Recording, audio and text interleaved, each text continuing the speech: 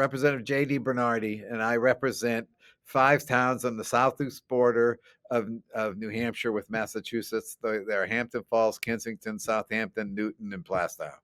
I introduced the bill. We have to have a representative introduce the bill, and I had some slides that very simply explained the concept of what the problem is here. That we basically have moved from a position in the past where you had stock and you had direct ownership of that stock or securities all along the way, and now we've moved to a structure where you have an entitlement, and that entitlement goes from your broker and through the banking system or whatever, and ends up in this big pot called the depository trust something clearing corporation. ETCC, Mhm. and that's just a big anonymized, de-identified collection of all the securities, and the DTCC can use that as collateral to do whatever it wants, and you have no direct link to that anymore. And okay, that all works fine as long as the economy is working fine. Yeah. But if you have a broker or any other liquidity crisis somewhere in the system, all of a sudden you may not have access to your security resources anymore, because they belong to that system. And at the end of the day, you can sue and go through a process and maybe pick up some crumbs, but the bottom line is, in the same time that liquidity crisis is happening, you are foreclosed from having those assets, and that's maybe when you need them the most. And if you get them 5 months later, okay, the damage has been done. Or 5 years. Or 5 years later in some cases. What was the number of the bill? HB 427. It's in the New Hampshire Commerce and Consumer Affairs Committee. It also had one other component to the bill, which was to deal with the definition of deposit accounts, and to ensure that things like central bank digital currencies could not become be defined as deposit account items. So you put the two together in the bill? Well, because it's another part of Section 8, Okay. so. Okay. And so what it was amended Section 8 and 9. What was your first impression when you heard of this issue? Yeah, I was at a conference that was largely on family issues, and this was not a real family issue, but an interesting sidebar that there was a presentation on. I said, "Oh my gosh, this is horrible! If this is true." And this was the PFLN, PFLN in Dallas in November. Yeah.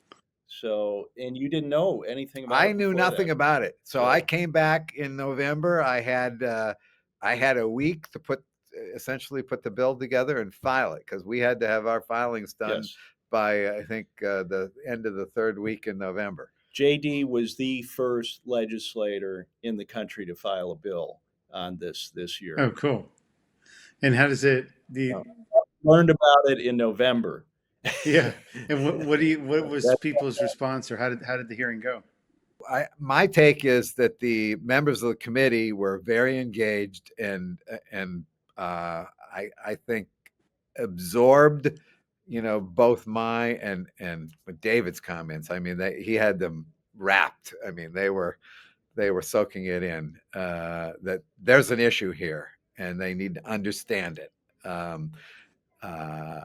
And they asked some interesting questions that led to, basically a reiteration of the concept that, yes, if there's a liquidity crisis somewhere, you are going to potentially lose your assets permanently or partly for a period of time. That's what's going to happen. So they got that. We had a subsequent speaker, Charles Mooney Jr. Is that Jr.? Yeah. Now, This is the Charles Mooney. Okay. Quite amazing. So Quite amazing that he's the one that spoke. So he opposed the bill. He showed up to speak against it. Yes. he opposed the bill. He didn't. My take, summarizing his position, was he just didn't like the fact that his provisions were being attacked as problematic, and he was quite disturbed by that. But if you listen to his testimony, he never addressed the truth of the issue that if you have a liquidity crisis and insolvency, that there's going to be losses. And he totally either didn't say anything or discounted that, and then asked, well, what's the problem if we fix this as proposed? It was, well, you're going to make it more costly for people to conduct their stock buying business or whatever, and therefore don't go down that road. Yeah, that was So it. he never talked about insolvency, which Never. of course is the issue. the key issue. Yeah, and that you need to pool it and have it anonymized to sort of have efficiency is kind of another misnomer they keep pushing. Exactly. You need to have it like this to be able to have modern trading, right? So, but we made contact. I Yeah. mean, I didn't know who he was. There was this guy who clearly he seemed to be upset with me.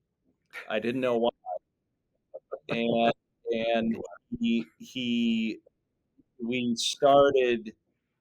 He got out of his chair. He just had a look at me like he didn't like me when I came into the room. When he got out of his chair after we were sitting there, he asked me, "Do you know anything about the history before the 94 amendments?" And I said, "Well, the property was being used in this way. It just wasn't legal yet." And he got upset about that. And I said, "How do we know that? We know that from policy perspectives, James S. Rogers." And then he shot at me. He said, "I recommended James Rogers to be the drafter." And then I realized I did not know who I was speaking with at that moment. And he said, "Well, I just wanted to establish that you do not know the history prior to the amendments." And he had this smile, and then he sat down. And we I later got up and went around and said, "Look, I well, when he got upset at that point and he said, 'You do not know the history,' I said, 'Well, why don't you tell me? Tell me. What is it?' And he just sat down. He wasn't going to tell me. He said, 'You look it up. Look it up. You'll find out.' And he'll find out," You'll or find something out. like that. So later and this is all before we testified. I got up and I went back to his seat and I put my hand on his arm and I said, "Look, I really would like to talk with you after this and hear what you have to say." And so we did. He gave his testimony, which was, difficult to, but Emotional, though. yeah, he was being very emotional about it.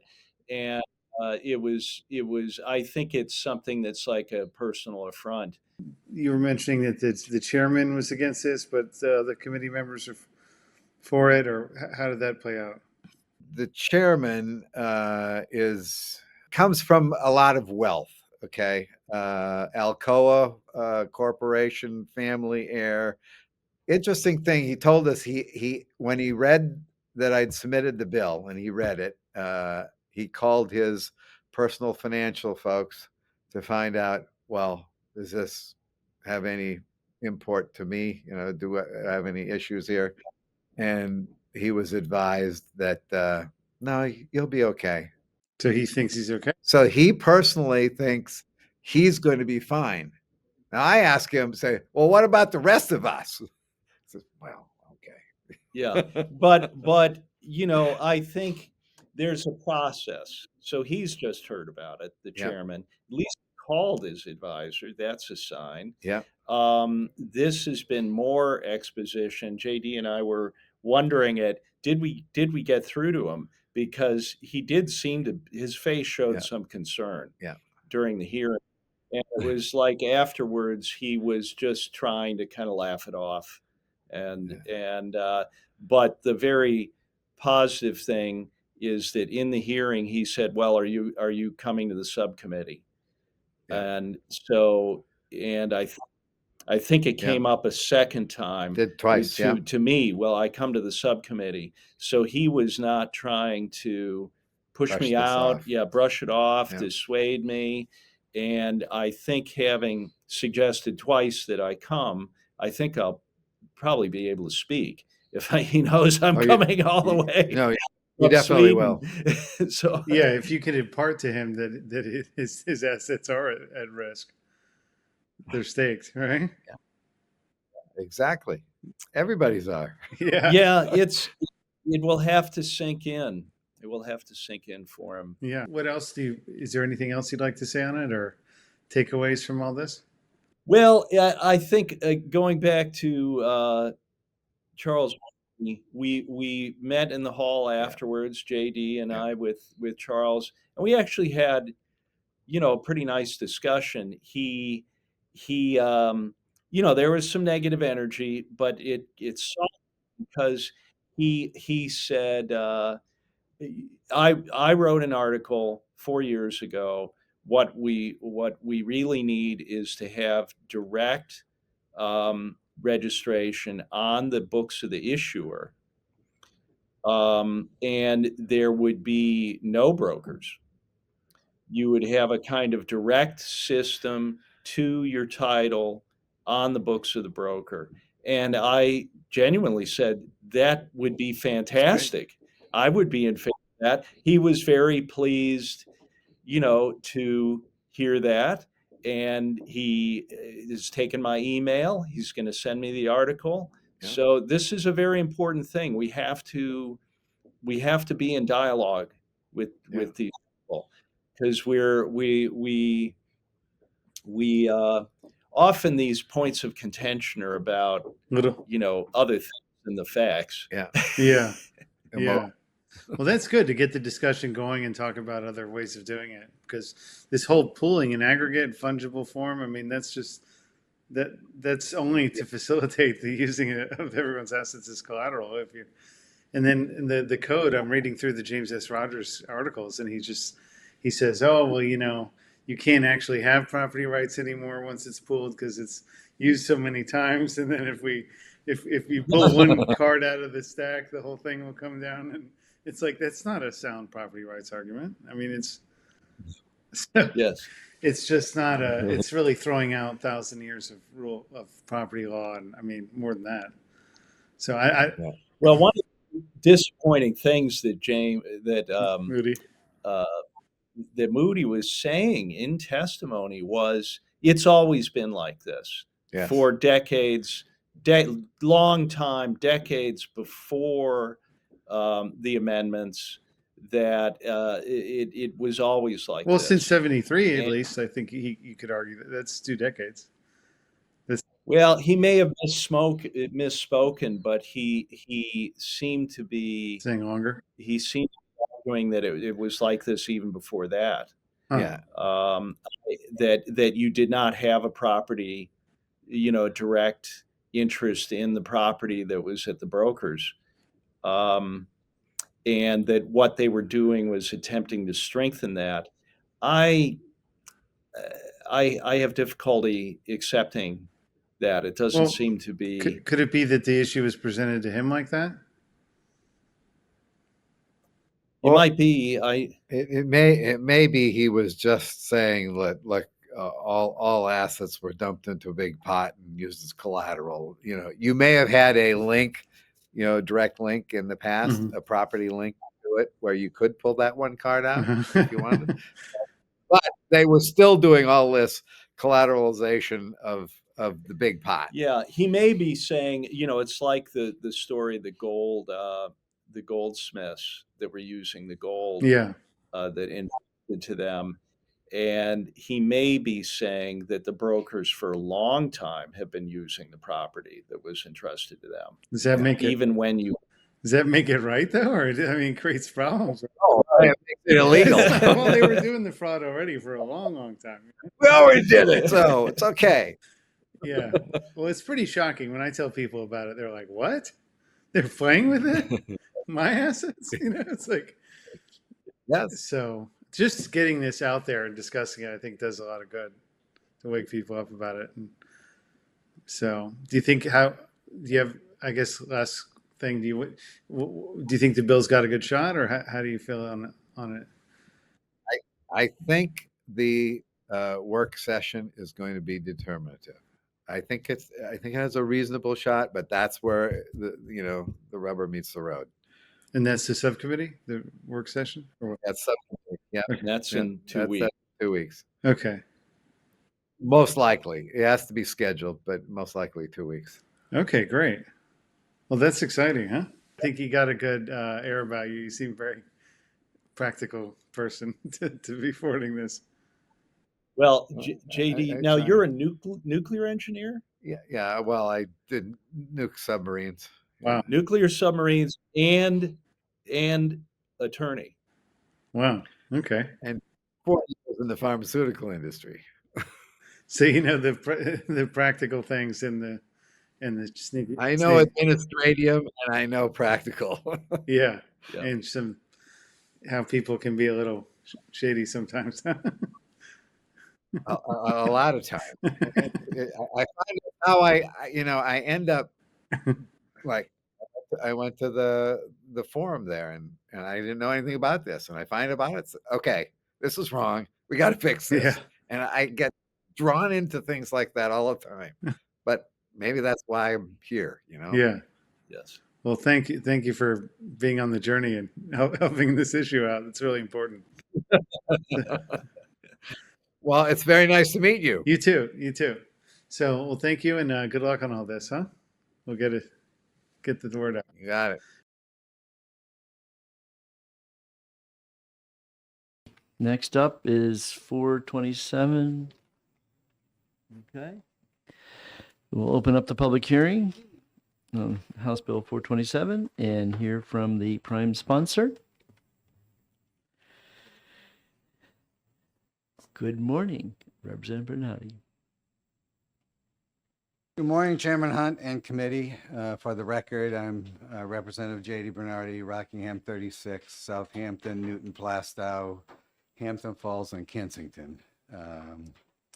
I'm here to introduce House Bill 427, which is amending the UCC. It really deals with two subjects. Predominant portion is ownership of securities, and I also have a section on deposit accounts. I provided you a handout so you can follow along as I'm speaking here, and I also provided the testimony of Attorney Don Grandy, who more eloquently, legally explains the issue. So what is the Uniform Commercial Code? It's the commercial Bible. It has a goal of substantial uniformity of rules for business transactions, excluding real property that will facilitate commerce. Individual states can adopt or reject proposals to suit local needs. Adoption is generally uniform, but not universally so. Proposals are generated by the American Law Institute and the National Conference of Commissioners of the Uniform State Laws. New Hampshire has representation along with all the other states.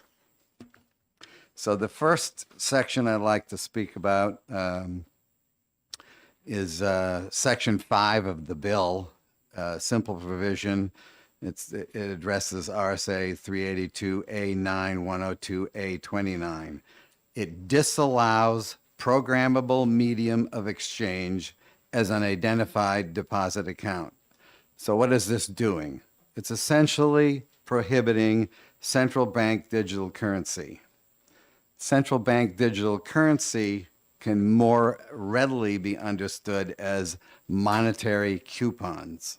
The issuer, since it's a coupon, can control the time and place of use, create quotas for usage of that quote unquote currency, and cause it to expire at will.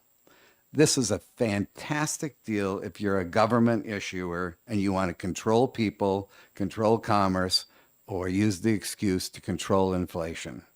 It's a horrible deal for we the people.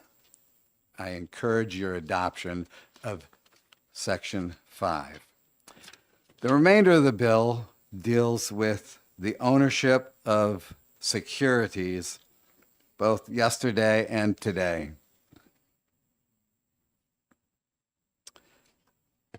When we buy stock now, and I'm on this page, the money follows the path from you as the investor to the brokerage and eventually to the banks and what is known as a depository trust clearance corporation. In the 1990s, on the next page, the UCC was amended, and that amendment many have dubbed the Armageddon Plan. So what we're doing is, rather than purchasing stock now, we're purchasing security entitlements. They become part of a large, anonymized, de-identified stock pool held by the DTCC. The pool can be used as collateral by the custodian of the DTCC. Note, we could have adopted tracing, so your ownership could be tracked into that pool. That has not been done. The ramifications of this really appear when there is a financial crisis, a liquidity crisis. The UCC's provisions that we're amending provide that the too big to fail banks, JP Morgan, Wells Fargo, Bank of America, Chase Manhattan, that crowd, have priority to your investments because they've now been de-identified from you if the assets are needed to pay the debts of the broker or insolvency of the custodian. You get to sue for the crumbs. It's that simple. HB 427 reestablishes ownership of people's securities and money. Now, we are not the only state looking at this. Many have said or proposed that, go back to the UCC commission, have them make an amendment, send it through the process. They did this, and they did this on purpose. There are other states that are not waiting for us to go that route. 13 have already proposed legislation. 3 more are working on drafts. I present to you one other code that offers more universal guidance. Thou shalt not steal. With that, I encourage passage of HB 427, and I again refer you to Don Grandy's more legalistic testimony. And I will also note that David Webb is here from Sweden. He is the author of the book, The Great Taking. He has in deep knowledge of this entire process and how these rules came into being, and would be more than willing to answer all your questions. And I will take I have initial his questions. card, but this other person, Don, I don't have his No, card. he's not here. You just have his testimony. Okay. Oh, the testimony that I got. Okay, great. All right. Any Thank you. questions from the committee members? Representative Gibbs. Thank you, Mr. Chair, and thank you for coming in this morning to testify. I have 2 questions. The first is, what is the DTCC? If you look at the slide on how you're buying stock, Depository Trust and Clearance Corporation. I'm sorry? Depository Trust and Clearance Corporation. Thank you. It's where all these stocks get anonymized, de-identified, and put into a big pool that can be used as collateral by the custodian. Thank you. And the second question is, when I read this bill last night, I understood programmable medium of exchange to apply to all types of cryptocurrency, not just currency issued by the government. Why wouldn't it apply to all types of cryptocurrency? I don't believe cryptocurrency is considered a deposit account, and this is amending the language of deposit account. Well, no. It says it does not include a programmable medium of exchange. Okay? And you've said that the programmable medium of exchange would only be government issued cryptocurrency. And my question is, why doesn't that include all cryptocurrency? Again, the only thing I can say is the language in Section 5 is amending the definition of a deposit account. So I don't think cryptocurrency is currently considered that. Potentially, Representative Ammon is in a better position to answer that than I am. Yeah. Definition probably needs to be cleared, and because yes, the crypto is a commodity, whereas we are talking about fiduciary, Exactly. money. We're talking about Money. We're talking about money. What is the FICA fiduciary? What is it? Yes. FINZA. So FINZA versus- stuff, right, yes. So that is the difference. So, but yes, probably. So is this model legislation, or where would you have gotten this language? Where did this come from? It is model legislation that several of the other states are also pursuing. Yeah. Yes. So just the general assumption is that in terms of what a deposit account means, and I would say when I first arrived here on this committee, deposit account always meant a cash checking account. It's cash. It had a monetary value.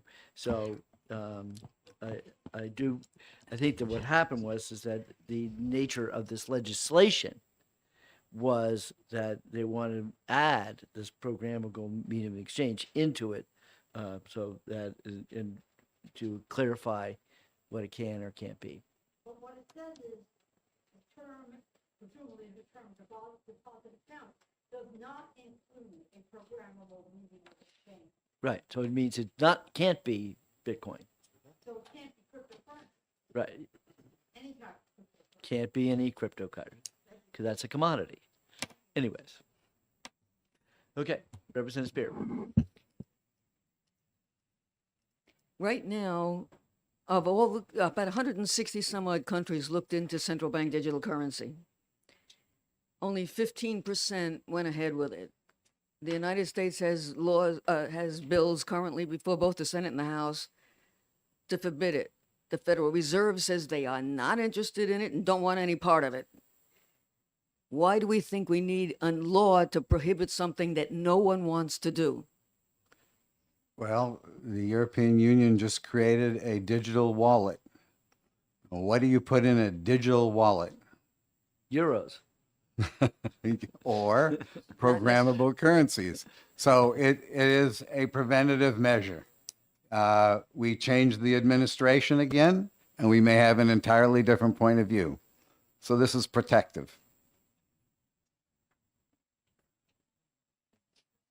Further? Thank you. Okay. Thank you very much. Thank you. Okay. So David Webb. All the way from Sweden. Yeah. Okay. Thank you for the opportunity to speak with you. Thank you for the opportunity to speak with you. I'm grateful. Let me begin by saying for 4 centuries, securities were personal property. Now, what that meant was in the event of insolvency in the financial system, you, the public, were absolutely bulletproof because it was your property, your personal property. That's why they were called securities. Now, what that meant was if your intermediary failed, you could say, I'm sorry, you're out of business. Here's where you deliver my stuff. That has been subverted. Now, how do we know that? It's plain as day. You cannot revindicate. Revindicate means to take back your own securities out of the insolvency of a financial intermediary. You are no longer able to do that. Now, how do we know that? We know that because when Europe was being pressured to conform to this US model, they formed something called the Legal Certainty Group to investigate how to do it. Now, what they meant by legal certainty is legal certainty that the secured creditors keep the assets. That's what they meant by legal certainty. Finality, certainty of finality. So what they have done is to shift this certainty from the public being absolutely bulletproof in the event of catastrophic failure to the secured creditors being absolutely bulletproof in a catastrophic failure. It's a shift of this legal certainty. So how do we know this? The Legal Certainty Group sent a detailed questionnaire to the New York Fed. The New York Fed is the Fed. This is the business end of the Fed. And attorneys for the Fed responded to that questionnaire in March of 2006. They specifically state that they are commenting on the operation of UCC Article 8 and portions of Article 9. So we have a definitive primary source document directly from the top of the financial system. This document will not be acknowledged by anyone you will hear from the Uniform Law Commission. It will not be acknowledged by the Securities Industry Financial Market Association. They don't seem to know that this document exists. The Fed makes clear that securities are held in pooled form. You do not have the right to revindicate the securities out of insolvency. In the event of insolvency, the investor is always vulnerable. Further, that, and they put this in quotations, segregation, segregated accounts, that has no effect. Now, how is this being done? Your relationship is with a lower level intermediary in the system. You're a brokerage firm or a custodian. You have a contract with them, but the property is actually held at a higher level in the system, and you have no relationship with that entity that is holding the property.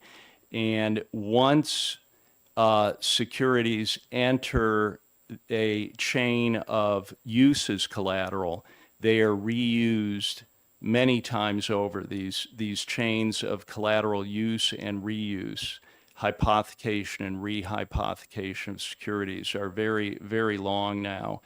So what enabled this was the amendments to the Uniform Commercial Code in 1994. So this Federal Reserve document speaks specifically to this. Another very important document is something called Policy Perspectives that was published in the UCLA Law Review in 1996. That is a detailed historical discussion of this by James S. Rogers, who was the drafter. He wrote the changes to the UCC. He talks about this being done for Armageddon planning. This isn't other people saying this. This is the drafter. So the intent, this was not about modernizing the system, making it more convenient, more efficient. This was about ensuring that certainty was shifted to the secured creditors in the event of financial failure. Another very important thing to understand is the failure of Lehman Brothers in the last financial crisis, 2008, 2009. The people that say there's nothing to be done here will say, well, no one lost any money in the failure of Lehman Brothers. The important thing to understand is that all client accounts were frozen the moment that bankruptcy was filed. So retail accounts were sold. The clients weren't able to take their money back out of their accounts in the teeth of a crisis. It took some weeks and months for those accounts to be sold, and then they could have access to them again. But the bigger thing that happened here is many sophisticated institutional clients, unbeknownst to them, their treasury securities, their collateral, was being used by Lehman Brothers under swap contracts to arrange financing for Lehman Brothers, which is common practice. There was nothing unusual about that. And as long as the music doesn't stop, those clients would never know that their securities were being used. But the music stopped. Now, this is the very interesting thing. JP Morgan was the custodian for client assets. JP Morgan was also the secured creditor that took the client assets. Now imagine this is in the teeth of a terrible financial collapse. Those firms relied on that collateral to be able to operate. So 5 years later, there was a bankruptcy court decision in the Southern District Court of Manhattan. What was happening there was these sophisticated clients, these are the big boys, you would think wouldn't run afoul of something like this. They were suing 5 years later, still trying to recover their collateral. And the bankruptcy court, the judge found that JP Morgan was entitled to take their assets. The only consideration was whether JP Morgan was in the protected class to be able to take these assets. And that's basically the largest financial institutions have this super priority to keep the assets in a collapse. And they need that because there are so many claimants. The securities are now used so many times over. So this is a real issue. There's another document, a Bank for International Settlements document from 2014 about the collateral management system that we now have globally. And there's a chart in this showing the flow of collateral from collateral givers to collateral takers. Collateral givers are everything: equity trading desks, bond desks, custodians globally. That flows through a collateral management system that operates particularly in a time of crisis when the value of the collateral is falling. So there will be more and more calls for more collateral. Where that is going, the destination, the collateral takers are the central clearing counterparties that house the derivatives complex. This is where the collateral is being used. Now, when they made this change in 1994 to allow the use of these pooled assets legally, they were doing it illegally prior to this. They had to paper it over. There's no coincidence that is when the derivatives complex began exploding. So in 2001, it was about $110 trillion. By 2007, it was 700 trillion, 10 times global GDP. It's estimated that now it may be 20 times global GDP. This is where the collateral is being used. And ultimately, that's where it will be taken behind these contracts. So when we own the property, as certificates, we had certainty. Now we have something that functions like a contract, this idea of a securities entitlement. That is very weak in the event of insolvency. But at the other end of the food chain, certainty has been given to contracts, these derivative contracts, but only for the biggest banks that are behind those contracts. And this is the Armageddon planning. Now, how do we face up to this? How do we understand it? In the UCC, you will see the statements that the entitlement holder has priority over the secured creditor of the intermediary. And that is the statement that was promulgated to sell the amendments to the UCC in 1994. What they neglected to show was there were two exceptions to that. And that's what this bill does, is simply and elegantly removing those exceptions under which the collateral, leaves the barn. The barn door is open and the collateral is out. So by striking these exceptions, you then just have language that the entitlement holders have priority to their own assets. These exceptions, there are two that we have to remove. The first is that if the secured creditor of the intermediary has control, the secured creditor has priority. Control is a concept from bankruptcy law, which means just the ability to act upon the asset. Now, what we know with paper certificates, it was clear who had control. By dematerializing, it becomes unclear who has control. But what you know is the control always resides elsewhere at a higher level in the system. The second exception is that if the secured creditor is a creditor of a clearing entity, that secured creditor always has priority. Clearing entities are basically any broker, a clearing firm. It's Lehman Brothers, it's Goldman Sachs, and it is certainly Depository Trust and Clearing Corporation. So I've probably said enough for now. I'm sure you have a lot of concerns and questions, and I'm available now and later. So you're not in Stockholm. You'll be here for our subcommittee. When will that be? I don't know. How long are you here stateside? I just came over to do this, actually. Okay. Yeah. Yeah, we wouldn't. The subcommittee would be. Can't even be next week. It would have to be the week after. Okay. It's possible. Okay. It's possible I can come back. Absolutely. That would be great. Just a quick question. Representative Sullivan's hand I saw first. Okay. Thank you, Mr. Chair, and thank you for taking my question, and thanks for coming in from Stockholm. So just to make sure I understand what's going on here, so I use Charles Schwab as my brokerage. I buy some stock in Dollar General. Just bought that this week, that's why I say that.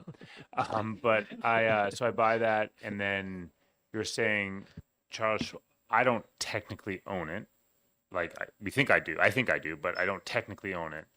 The way you're describing it to me, it gets sent to perhaps another bank or maybe Charles Schwab itself to use as collateral to run other sort of security type arrangements, derivatives, whatever.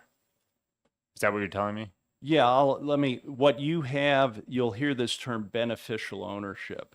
That is a term, you'll see it in some of your documents.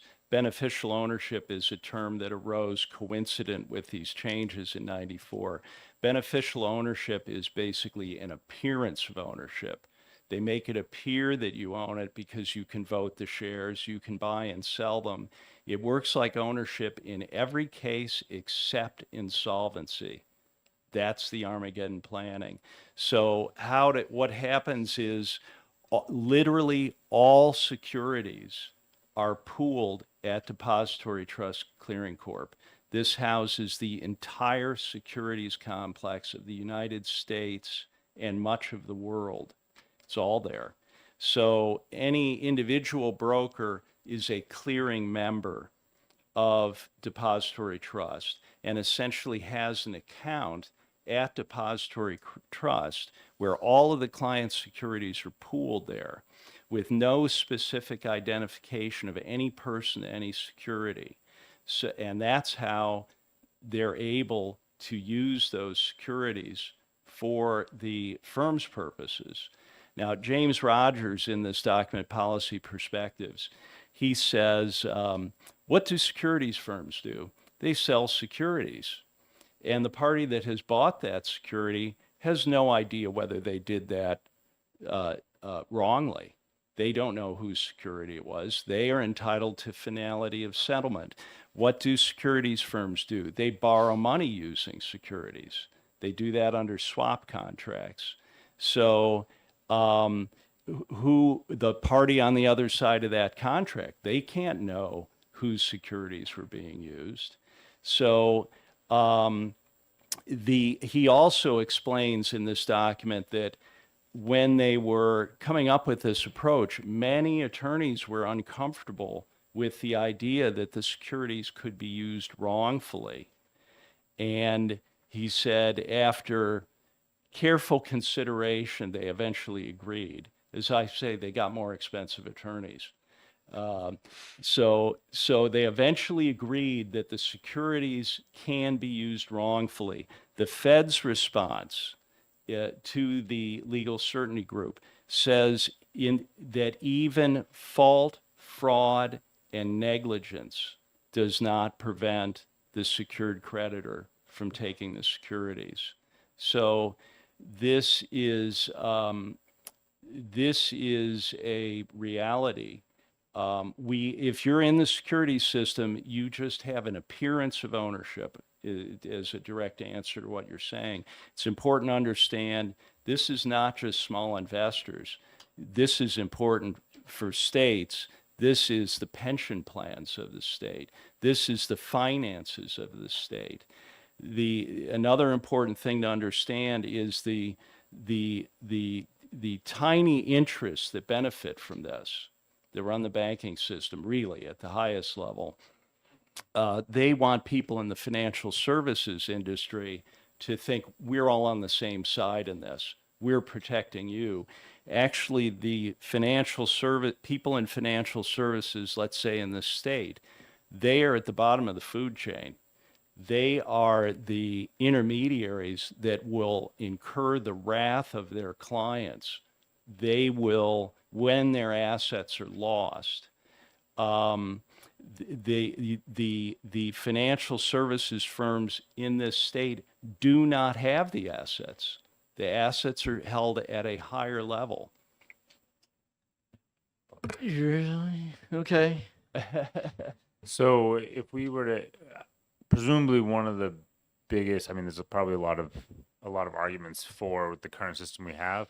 I'm assuming the biggest one is probably liquidity. You know, are we gonna, if you lock up things that they can't be used as collateral?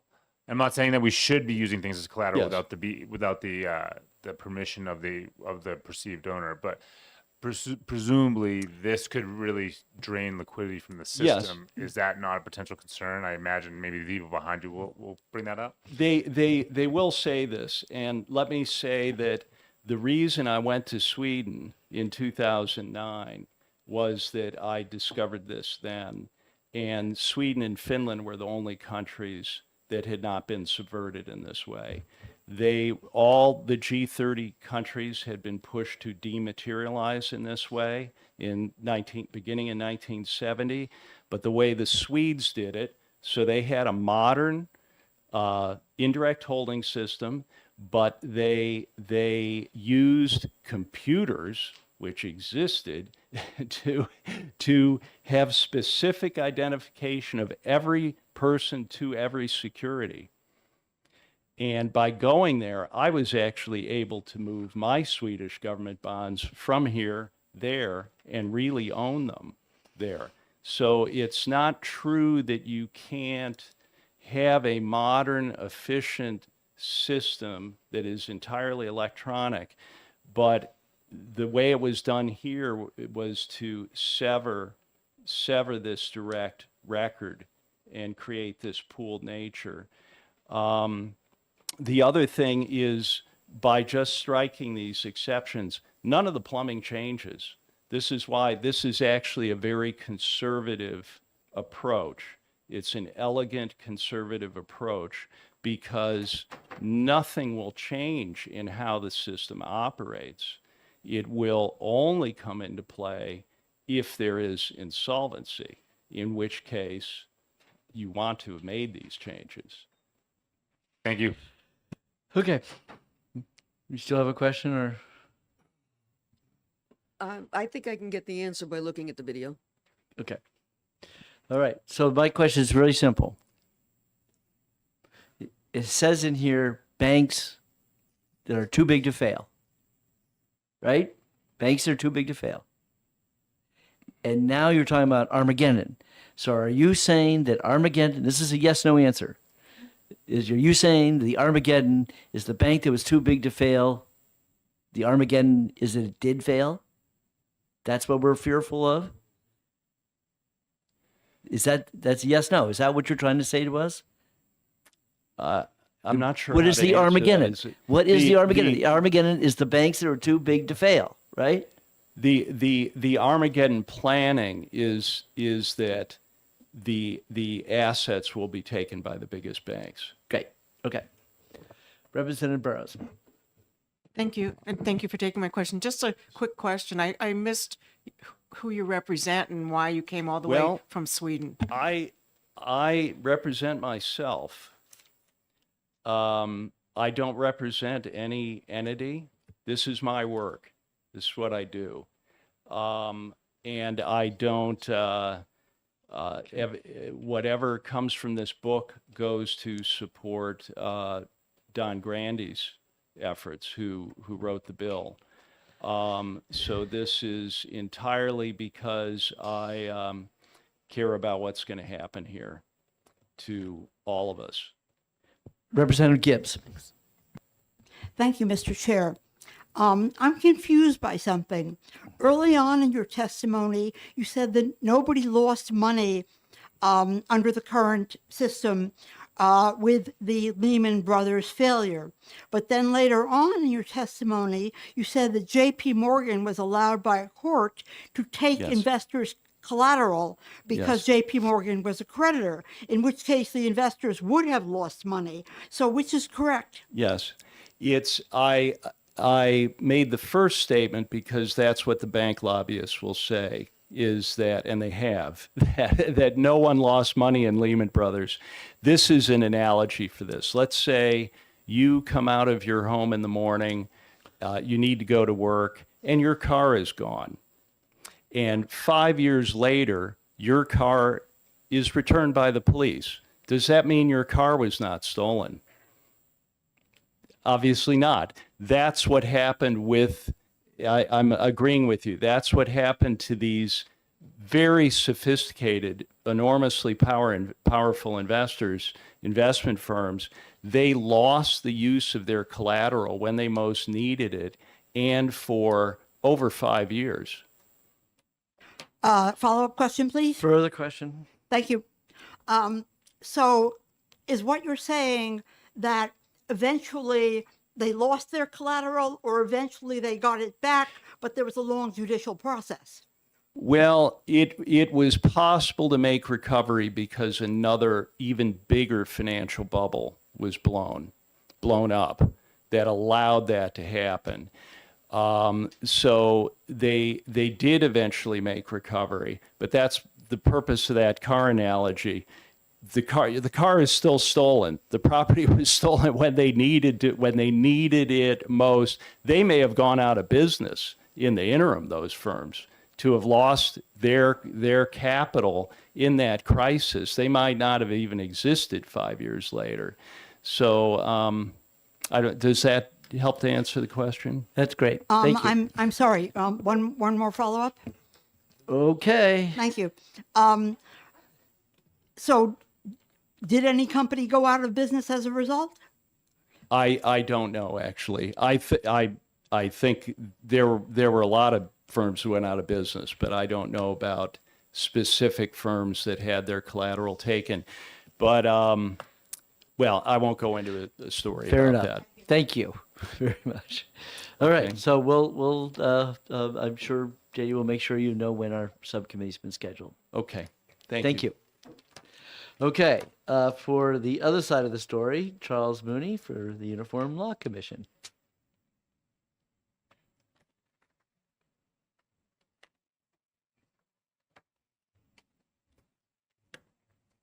Thank you, Chair. Good morning, committee. My name is Charles Mooney. Last year, I was appointed by Governor Sununu as Uniform Law Commissioner for the state of New Hampshire. Amendments similar to HB 427 were presented to several states last year. None of them passed, and I think the same result should happen in New Hampshire. You've heard Mr. Webb. You know, I don't know whether to say, I don't know what to say, or I have too much to say. But I will say, and I choose these words carefully, virtually every statement he made about the operation and characterization of UCC Article 8 was wrong. And I've never been involved in a debate where we didn't debate based on policy disagreements and arguments about instrumental effects of the law and the like. And I'm very sad to have to make that, and I can't dispute all of them. But what I would like to do as a first step, and the chair has mentioned the subcommittee, and there's an opportunity for us really to roll up our sleeves and get to the nitty gritty. But what I would like to do today is a bit of education and description. This is inspired by the book that was mentioned, The Great Taken. It's a classic conspiracy theory. I won't take my time, but I really hope I get a question about that, because I would love to explain how it just doesn't work.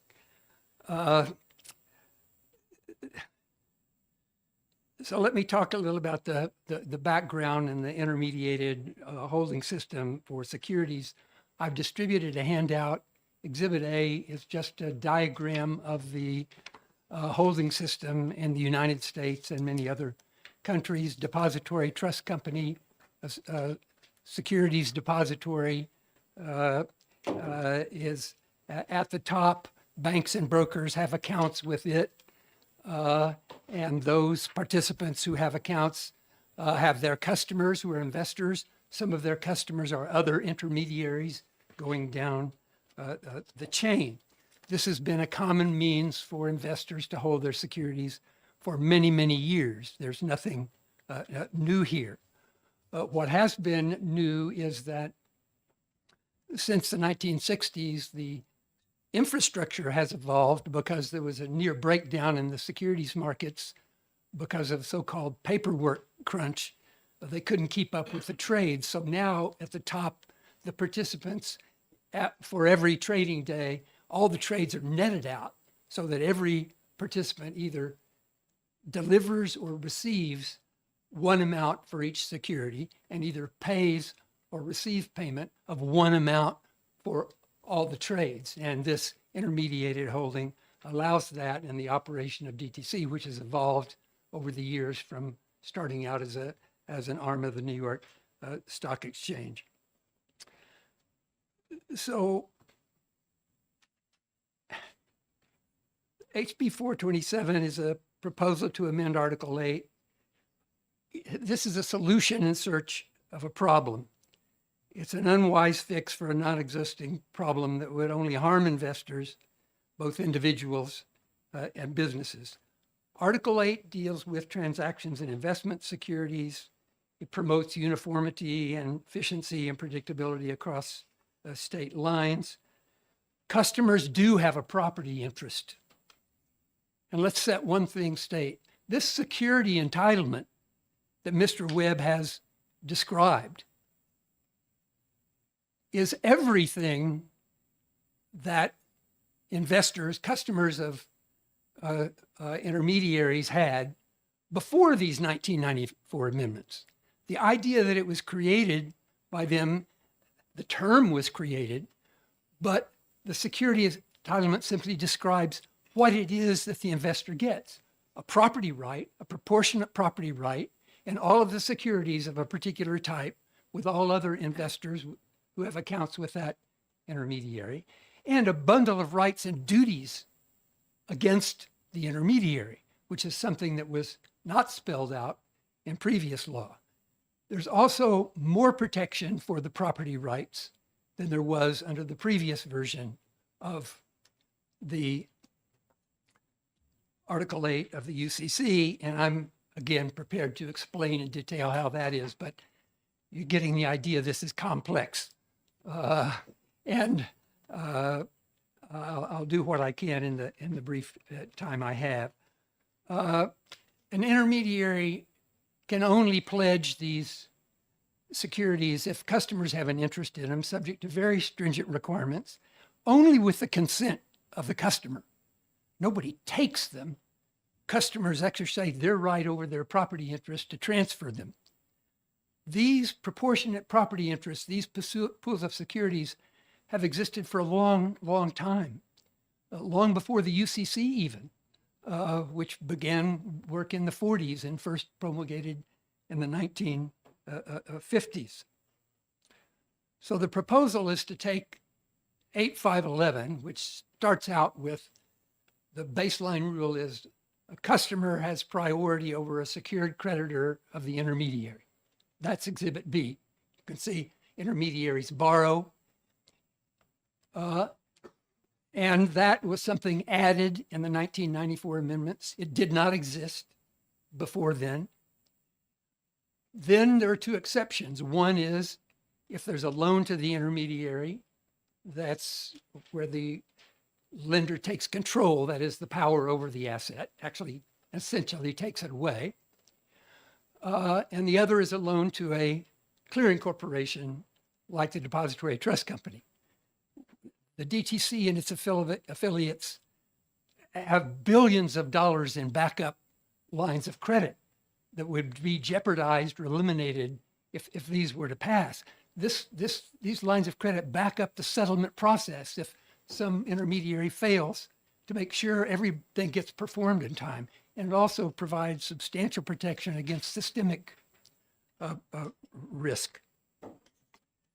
Now, the suggestion was that the 1994 amendments added these priorities. Well, they added those provisions, all right, but there are corresponding provisions which provide additional protection for the investors.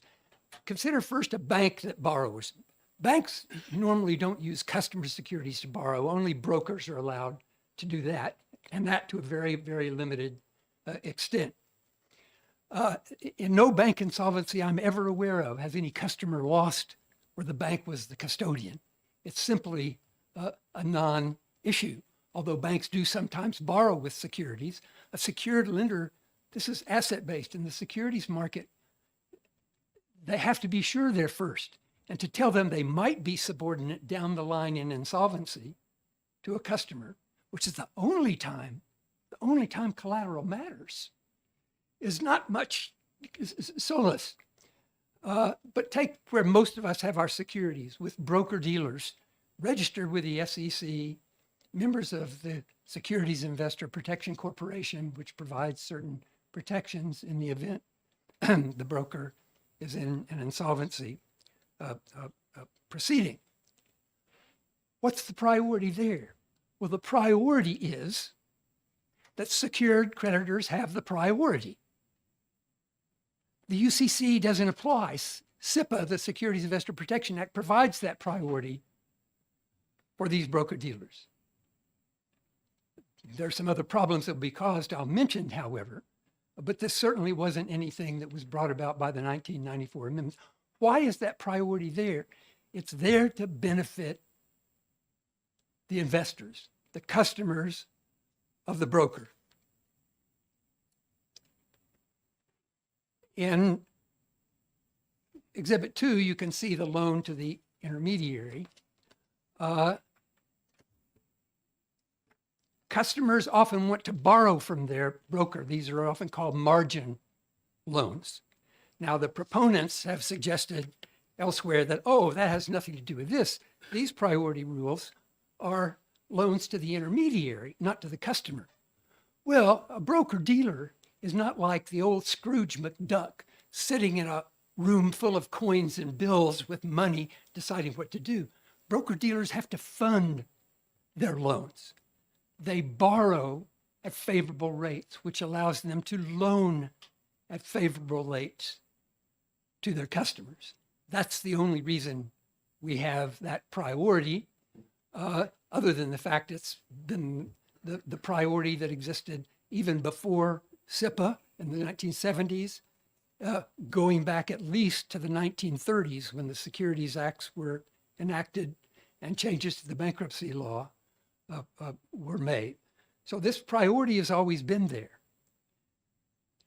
The idea that until 1994, as indicated, for 400 years, I don't know where that number came from, but I've only been researching in this area for about 52 years, maybe 53.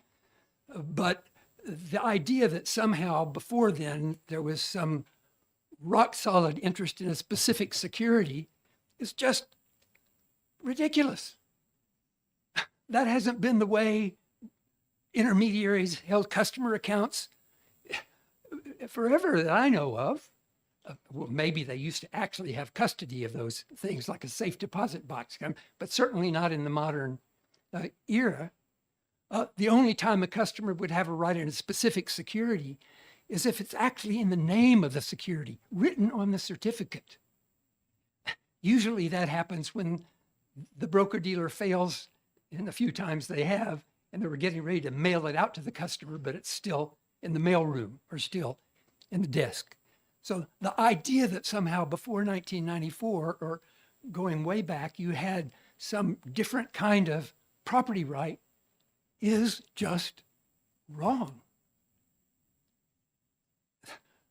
I mean, the reference to the New York Fed letter, the idea that someone's hiding that. Well, nobody's going to hide something that's harmless. I mean, it's essentially laughable. All that said was, in answer to a question, does an investor, a customer, have a property right in any specific security? Well, the depository trust company has warehouses, some of which are in New Jersey, which was mentioned in one of the earlier hearings. Certificates are everywhere. Customer names are not on those. And of course, the answer was no.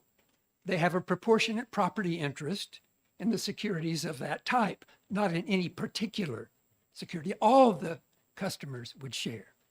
Not only that, for broker dealers, if I've got a security interest and I'm a customer, if I've got a security entitlement to ABC shares, and the chair has a security entitlement to XYZ shares, and the broker fails, and there are plenty of ABC shares, but the XYZ shares are gone, is the chair out of luck through the pure fortuity that there's a shortfall here and not there?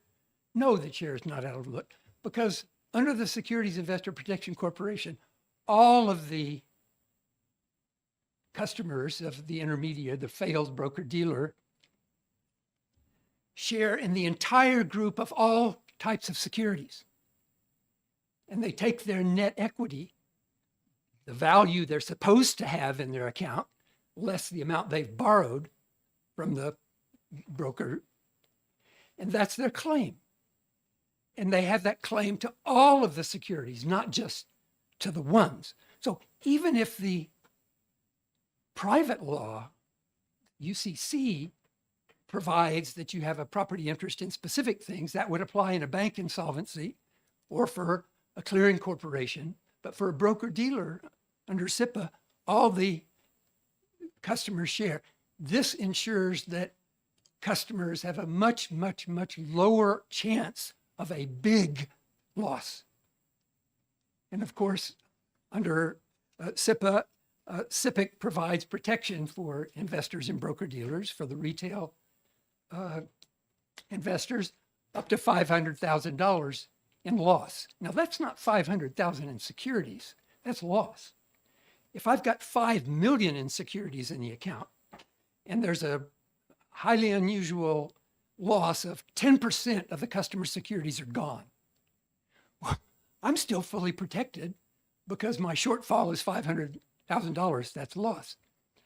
I'm happy to provide data, and we could get into this in the subcommittee meeting, on the experience of SIPC, the claim that it's underfunded and couldn't meet its obligations is unfounded. And I think we can explain why losses have been relatively minimal. There have been relatively very few broker-dealer insolvencies. Finally, I should mention on these protections in Exhibits B and C, when a broker borrows from a lender and uses customer securities, which are securities it's allowed to use because customers have consented, there are a couple of important restrictions. One is the borrowings by the broker for customer securities cannot exceed the amount that the broker has loaned to its customers. So they always offset. So the customers could never lose more from the bank's borrowings than the customers as a group would lose based on what they actually owe, because the bank can't borrow more than the customers owe. Secondly, as in Exhibit C, there's a reserve account. When a bank borrows using these securities, the customer has agreed, not all of the customers, only a fraction can be used by the broker. When the broker borrows using that collateral, it has to take what it borrows and put it in a reserve bank account. Now, it can offset that, in effect, take it out of the account, the amount it has loaned to the customer. So it's borrowed 100, it's loaned 100, it doesn't have to post anything. But if it borrows 120 and is only loaned 100 to the customer, it has to put 20 in cash equivalents to the reserve account. Well, that wouldn't make much sense, to borrow at market rates and then somehow have to invest it in a sterile reserve account. What this ensures is that the borrowings by the brokers, in effect, must be used for the benefit of the customers to fund these loans. Well, in sum, the system works well. Investors are protected. There's simply no need for these amendments. They wouldn't serve any useful purpose. They could only disadvantage both investors and the markets. I will say that if New Hampshire passed these amendments, in my view, I'm not the bank lobby, but I've been involved in credit for my entire professional career and even before. I think it highly unlikely that there would be loans to banks located in New Hampshire, except at a much higher cost if they were made. For brokers, even though SIPA provides that secured creditors have priority, I would predict substantial litigation and risk for banks that bank lenders they would see if these passed in a state, and much less if they started passing in more states, because there would be litigation. Why? Well, we've never had this big disparity. Assuming this amendment were to pass, we would never have had this big disparity between the rules for the insolvency rule under SIPA and the private law rules.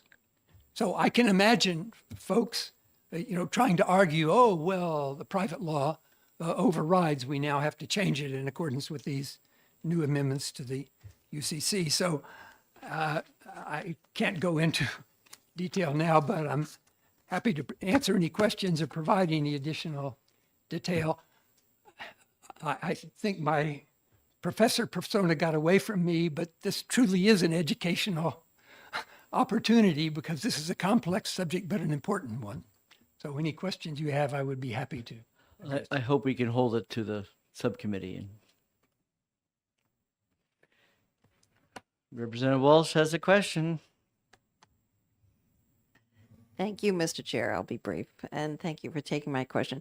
Pardon my, lack of financial prowess in all this. I realize it's very deep, and you somewhat touched upon this, but we are Commerce and Consumer Affairs. So if the proposed legislation protects a consumer and just, if you've already got a wall with this SIPA, wouldn't this just make that wall a little bit thicker? I guess I don't understand what the major objection is. If you could Well- just simplify for my tiny mind a little bit better.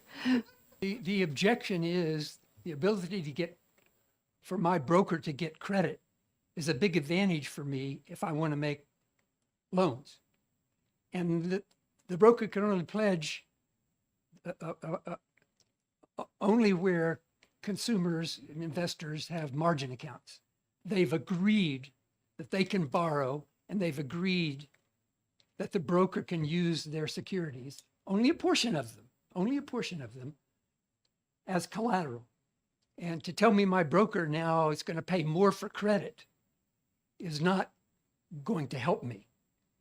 Plus, as I explained through the customer protection rule of the SEC, both prongs of it, consumers are protected when their assets are pledged.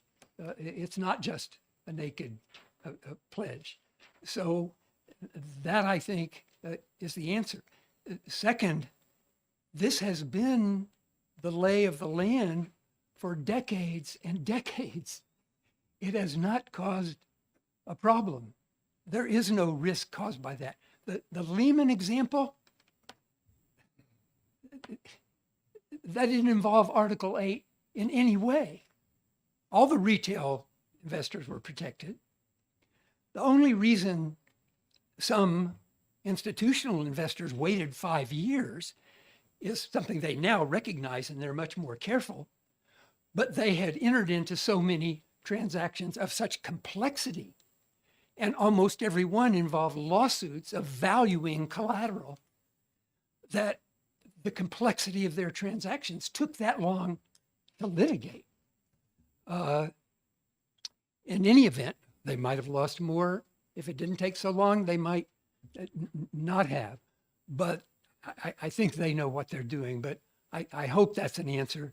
Just making it more costly for firms to borrow is not any help to securities account holders.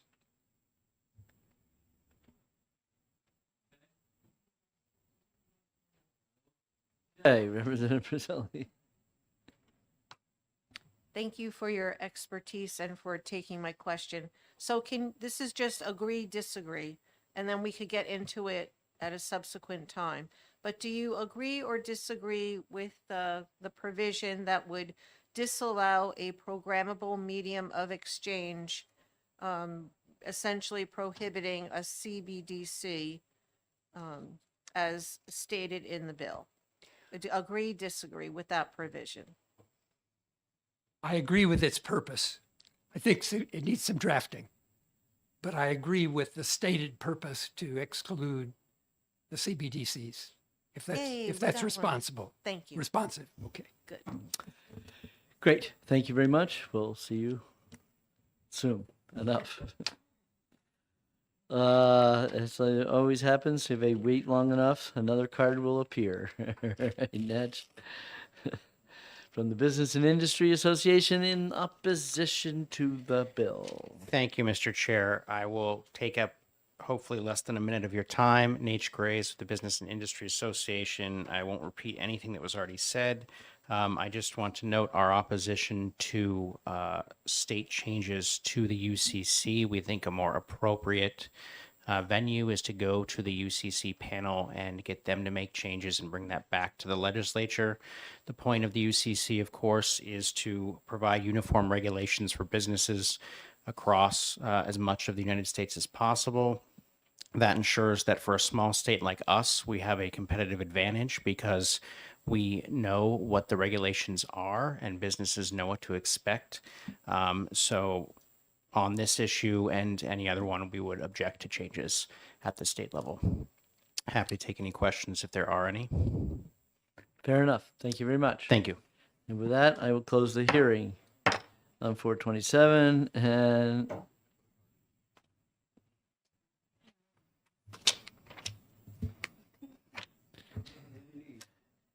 if you want to, you have a handout, just pass it out. Needless to say, the Bankers Association is in opposition to the bill.